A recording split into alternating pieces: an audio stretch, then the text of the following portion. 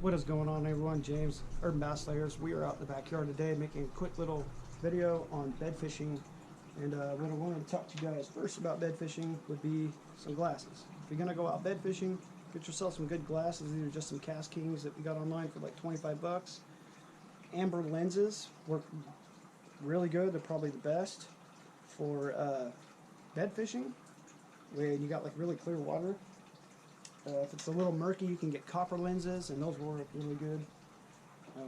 Second thing, bed fishing. You want to have a good pole.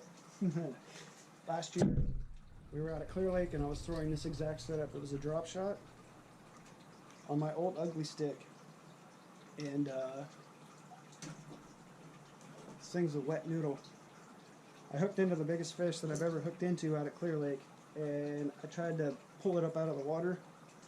I didn't even move the fish.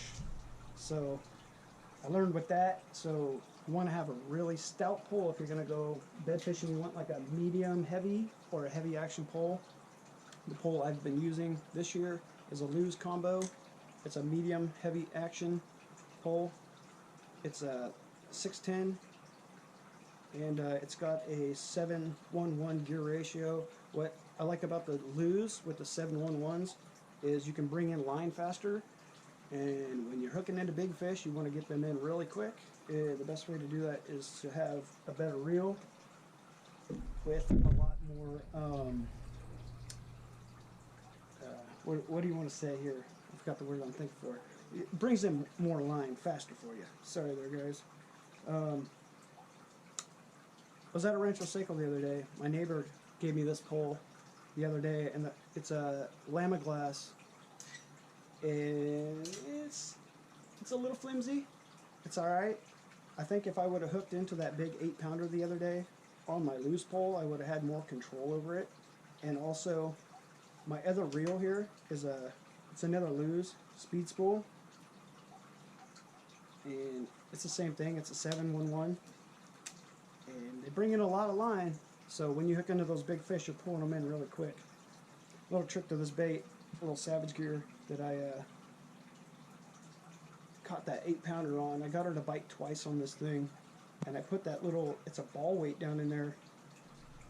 It's a nail weight with the ball on it, actually.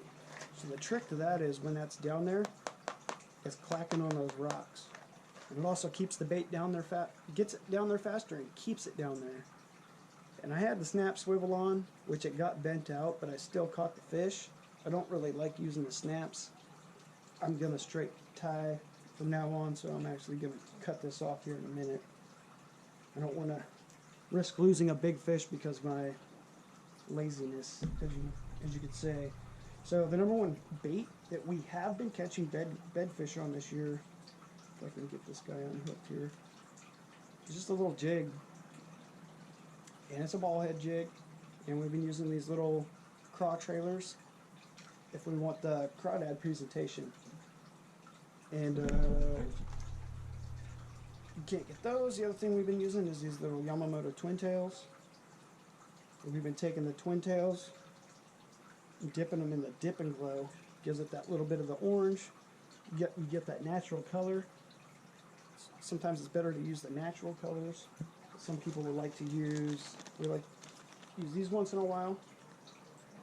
Little single tails. And they work pretty good if you want to be able to visually see the bait yourself. If it's murky water, that's really good. But if you got really clear water, you want to go as natural as you can. And right now, the beginning of the year, the crawdads really get that reddish color. And it works pretty good. The other thing we've been using is the, keep this stuff in the bag because it stinks so bad, is the Gulp Alive crawdad spray. I need to put that in a Ziploc. Ooh, it stinks. That stuff works good. What else? So we've been going out to these spots and trying to find big fish. And I think the key to that is going and finding spots where they plant trout. Any of the lakes around here that they plant trout in, those fish are going to get gigantic. There's some spots I know of around here where they used to plant trout in, like Camera Park Lake. and the fish used to be gigantic out there, and they stopped planting the trout. So now you just have a population of really small stunted bass And we went out there maybe 4 or 5 times already this year, and it was bad. There was just little dinks everywhere and nothing of quality. We went down the street to another spot, and there was 4 or 5 pounders just stacked all down the sides. So yeah, it's all about going and putting in time. Yesterday we drove, man, I don't know how many miles. We drove to like 6 or 7 different spots and didn't really find anything that we were looking for. I mean, we could have spent the day and caught some dinks, but it really wasn't what we were looking for. We went out to one spot, and I did get a topwater bite on this guy. A frog, Texas rigged. So another good bait to use during the spawn. If you got a lot of muck over the beds, got the bobber stop with the 1/8 ounce bullet weight on there. If you got beds that are underneath muck, this is really good. We like to throw these out on top of the muck and shake them in place. But I got a really good blow up on this guy yesterday. Anyways, so last year I was using a bunch of crankbaits in the muddy water at Tanzanite when I was floating on my raft, and the year before that. And I just run the crankbait as I float over the beds. I got some pretty good blow-ups doing that. What else? I guess to say, like, Rancho Seco the other day, the way I found that 8-pounder was I saw so many beds that had fish on them, and I could have stopped and tried to catch them. Made a couple pitches, and if they didn't bite instantly, I moved on because I was looking for the one big fish, and I found the one big fish I was looking for. If you're lucky enough to have calm water and clear water, you're going to see the fish. If you get cloudy, overcast, it's going to get really hard to see the fish, and if you have choppy water, good luck. You're not going to see the fish. I've been climbing up in trees and climbing up on posts, climbing up on benches, garbage cans, anything I can find to get up to look down on fish. I found more fish, good fish, that this year doing that than I found in the previous years. I've actually thought about using a ladder also, taking a ladder out to some spots because you get the flats, and the flats go out so far. And I know there's beds right there, but you just can't see them. If you have something to float, a kayak or something, just go really slow and float over the beds. A lot of times you'll float over the bed and you'll look down and it won't look like there's anything there. But what you want to do is just sit there for a minute. If you got an anchor, drop an anchor and just wait, because those fish are down there. Sometimes toss your bait, something like this, down in the empty bed. And if there's grass right next to the bed, guarantee there's a fish hiding in that grass right next to that bed, and it's just chilling, waiting for the right time to go sit actually on the bed. These fish are smart, man. What else? I'm losing it here.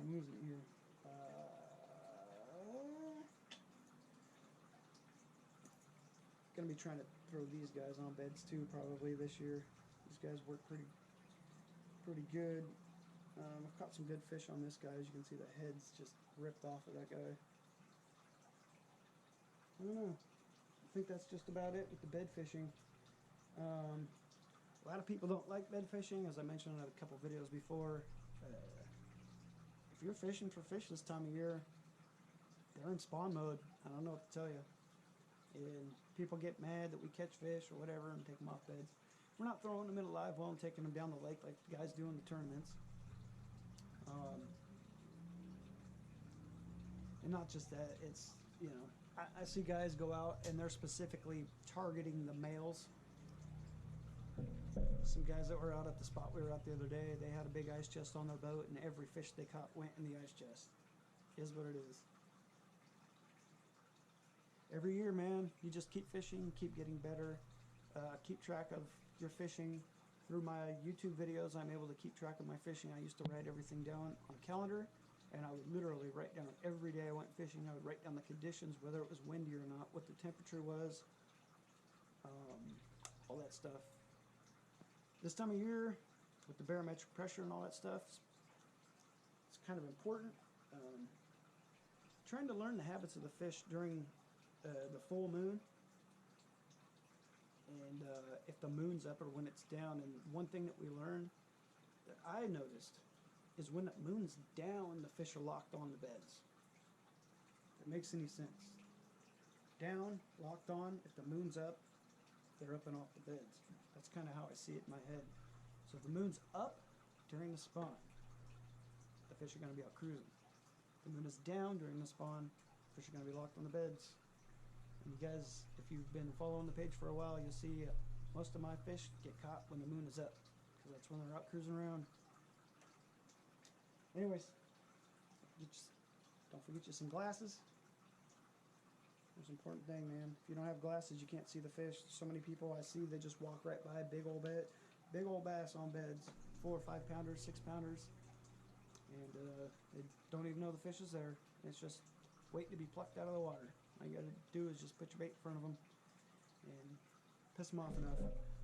Number one thing about pissing them off that we learned this year is to hop these baits through their bed. If you can hop these baits through their bed, as opposed to dragging it through the bed, if you're dragging it through the bed, they're going to come up and just grab it and pick it up like that, and you're not going to get the hook set. If you're hopping it, they're going to inhale it. I thank Matt from Tactical Bassing for that, man. Watching all of their underwater footage. If you don't watch Tactical Bassing, you need to go watch Tactical Bassing. They're the best, man. Anyways, get out there and go fish. I think everything's supposed to be opening up soon. I don't think this pandemic thing they're talking about is as bad as they say it is. That's me. And yeah, go have fun, man. Quit living in fear. Thanks for watching. Urban Bass Hunters.